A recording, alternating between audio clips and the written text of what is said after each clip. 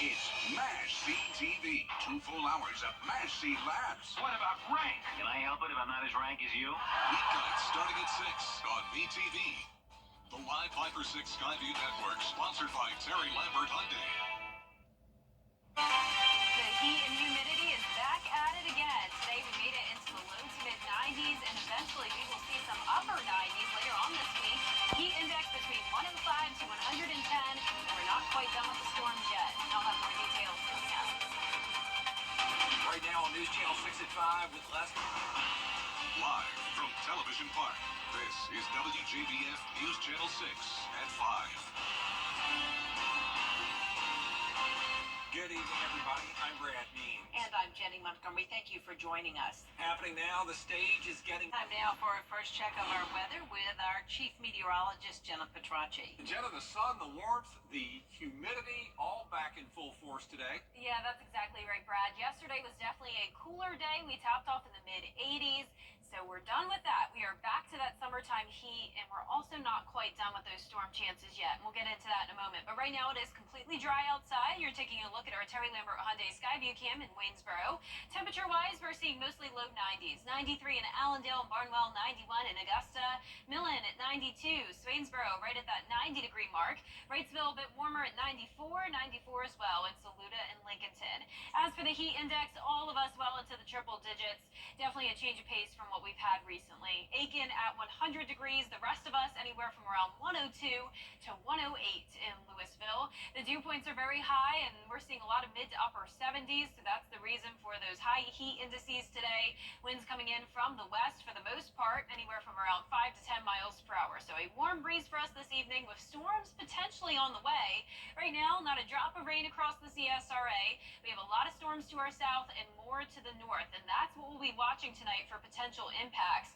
We have a lot of gusty winds coming through here with frequent lightning and heavy rain. This is impacting places like Knoxville and up to parts of Kentucky as well. Some of this activity could skim parts of our viewing area late tonight, mostly our South Carolina counties. So I do have a chance of rain in the forecast as temperatures stay on the warm side tonight in the mid-80s. And we're also going to see those temperatures heat up as we go into the first couple of days of August. Be sure to stay with us for all the details, but back to you. All right, Jenna, thanks so much. Well, as you heard, heat is the story today. A heat advisory remaining in place for many local counties. Emmanuel County is typically one of the warmest in our area, and firefighters there are preparing for the heat. Hannah Latier was with them. The Swainsboro Fire Department has been dealing with the heat all summer long, and they've come up with ways to combat it before it becomes a crisis. We have to make sure that our firefighters are educated to what to look for. Just because you think you're not dehydrated, you may be. Firefighters drink plenty of water before their shifts start, get their tasks done before noon, and only wear protective gear during a call. The department also has a special operations unit that goes to big calls. It's got 5 coolers and medically trained officers. So if you're in the call and you come out of the call, you take off your gear, you go straight there and make sure you're hydrated and checked off, vitals, the whole 9 yards. And then if the officer says that you can return to duty, fine. If not, then you're taking out of the rotation. A few miles down the road, the Twin City Fire Department recently received a grant that will help bring another fire truck to the fleet to keep up with demand. We're actually seeing more and more non-emergency calls. People with, that might need emergency services other than fire.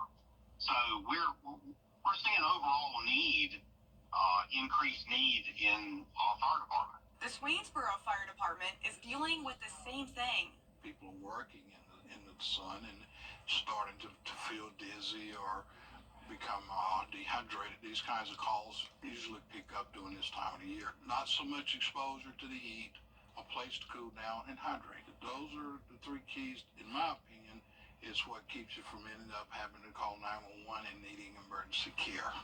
And Chief Strobridge recommends calling 911 if you believe you're experiencing a heat-related illness or emergency. In Swainsboro, Hannah Latier, WJBF News Channel 6.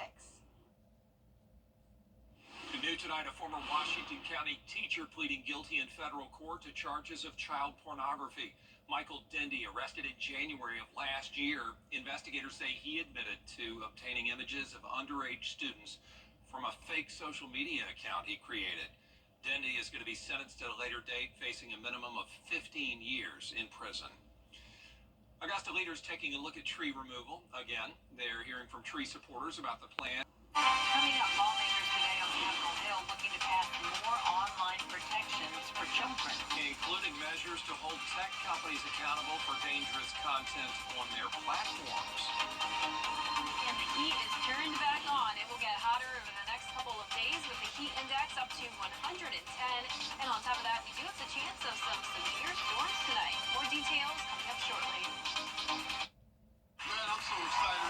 .org to find free adult education centers near you. Get the latest from News Channel 6 delivered right to your inbox with the latest headlines from South Carolina, Georgia, and the entire CSRA. Sign up for newsletters today at WJBF.com. Sponsored by Alpha Insurance. WJBF News Channel 6 wants you to join our team. We're looking for talented applicants in a variety of fields. To see a current list of job openings, visit WJBF.com/workforce6. Join our team today.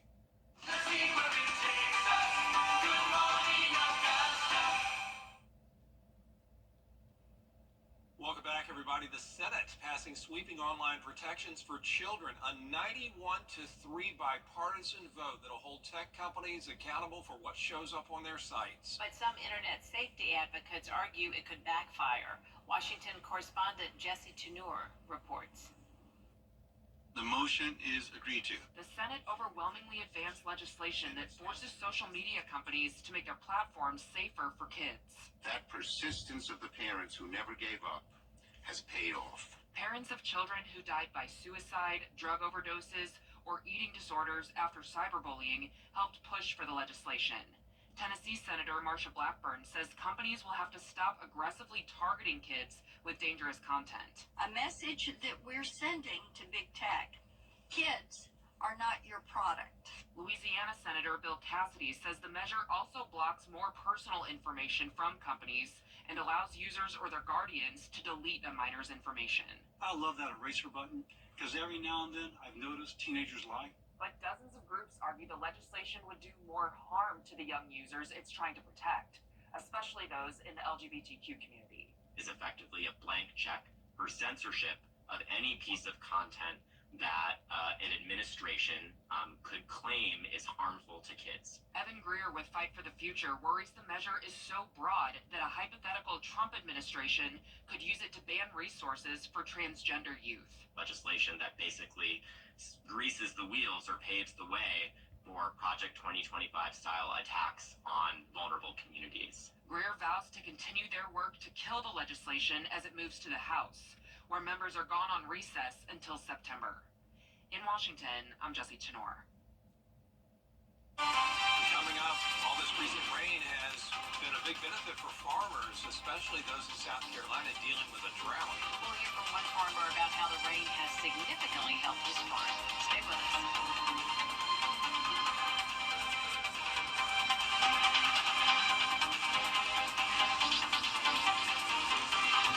Weather headlines on WJBF News Channel 6. Brought to you by Hickson Roofing. If your roof needs fixing, call Mr. Hickson. Hi, Suzanne Lily Honeymichael here with Hardwood Floors and More. It's our favorite sale of the year for the entire month of July. You can save up to 20% on everything that is made in America, which includes hardwood, carpet, lighting, Lee Industries furniture, wallpaper, and more. And as an added bonus, Hardwood Floors and More will have savings on items that are red, white, or blue. Hardwood Floors and More, so much more in store for you. Popeyes had the best of both. Slash cheer. Now, your most most accurate forecast with WJBF Live 5 or 6. Welcome back. It is a hot and humid day, and it's been completely dry so far. Let's start out with a look at our Terry Lambert Hyundai Skyview cam at Wellstar MCG Health. Some cumulus clouds with temperatures in the low 90s, but feeling like around 10 degrees hotter than that. Current heat index is 102 in Augusta, southwest wind coming in at 7 miles per hour. And we do have the heat advisory for our western line counties. That's for the heat index up to around 107 today, and tomorrow up to 109. And keep in mind that it's just because our western counties have a different level of criteria. So that's why the rest of the CSRA is not included, but it will be just as hot even in the counties not shaded in orange, and it is possible that we'll have a widespread heat advisory by Thursday and Friday. Low 90s for everyone right now, right around average for this time of the year, and much hotter than it was yesterday. The big time heat is out to the west across the central United States. Even the upper 80s is pretty hot for some of our northern states here. 87 in Bismarck, 90 in Omaha, and 97 in Oklahoma City. And on top of that, the heat index is a big factor out there as well. It's all because of this dome of high pressure, and you can sort of see it on our water vapor loop. Some dry air here, but moisture around the ridge, and that's what's causing some storms to develop. We're watching that for potential impacts here in the CSRA later on this evening. Right now, that cluster of thunderstorms is impacting Kentucky down to Tennessee. This will soon be pushing into North Carolina and parts of Georgia and South Carolina within the next few hours. And the Storm Prediction Center has placed us under a slight risk of severe weather for tonight through early Wednesday morning, and the threat is going to be those gusty winds. On Wednesday, another chance of storms as well in the afternoon as temperatures heat up to the mid to even upper 90s, going with 96 in Augusta, heat index of 108, and eventually up to 110 Thursday and Friday, and even the actual air temperature getting close to that triple-digit mark. Let's go back to the rain, though. Tonight at 7 o'clock, this particular model not showing anything happening, and that does line up with what we were just seeing on radar. Those storms are still well up to the north, but as we go through time here around 10 o'clock, that's when we could see that line of storms pushing through our area. A lot of this will start to weaken as we lose the heating of the day, and a lot of it will also stay to our east, primarily impacting the Midlands. But nonetheless, keep in mind that there is the chance of some strong storms tonight from around 10 o'clock to 3 in the morning. When you're headed out the door and waking up tomorrow morning, though, it will be dry with just the cloud cover, and then we'll see an additional round of storms potentially developing Wednesday afternoon as we still have this trough of low pressure across the area. So it's these clusters of thunderstorms that are developing. Very hard to pinpoint the timing and intensity of these. It does look like it'll be once again late Wednesday night going into Thursday morning. So I am keeping the rain chances on the lower side since a lot of this activity will be late at night, really not impacting your day. And then by Thursday, same situation, another chance of storms in the afternoon. We're continuing to watch the tropics. Possible area development here. Chance of that is up to 60%. And this system will eventually track up towards our area, either going in the Gulf of Mexico or the Atlantic. Now, we want it to go as far away as possible, of course, and there is a chance that it will stay well out of our way, but nonetheless, there is the possibility of some rain by the middle to late next week. So we'll keep you updated on that, but our lows tonight will be in the low 70s, and our highs tomorrow will be in the mid to upper 90s. Your 10-day forecast showing those chances of rain going down a bit to 30% Thursday and Friday as we heat up to 98 degrees. 95 for your Saturday, scattered storms around, and next week we'll see typical summertime temperatures with still a few showers and storms. All right, Jenna, thanks a lot. We do appreciate that. South Carolina farmers say things are starting to turn around thanks to lots of recent rain. They say if their cotton doesn't get enough water, it'll stop growing and it'll rot, and that makes a difficult situation even worse, especially with harvesting season just a couple of months away. One farmer says even though 20% of his field was lost because of the drought, that percentage could go up if the rain stops again for extended periods of time. This rain, the good Lord blessed us to get it, and it's a lifesaver. I think it'll maybe at least it'll help us survive. And as long as it don't quit raining, I mean, we don't want it to rain every day, but see, it's putting on fruit now. So if you was to have another dry spell like we had before, now it'd be over with because it won't put its fruit on. Raven says he gets worried about the impact on his crops if it hasn't rained for more than 10 days. Coming up, it's been a century since Paris, the city of lights. Y'all hear us blow out the subwoofer? It's TV's biggest morning party, live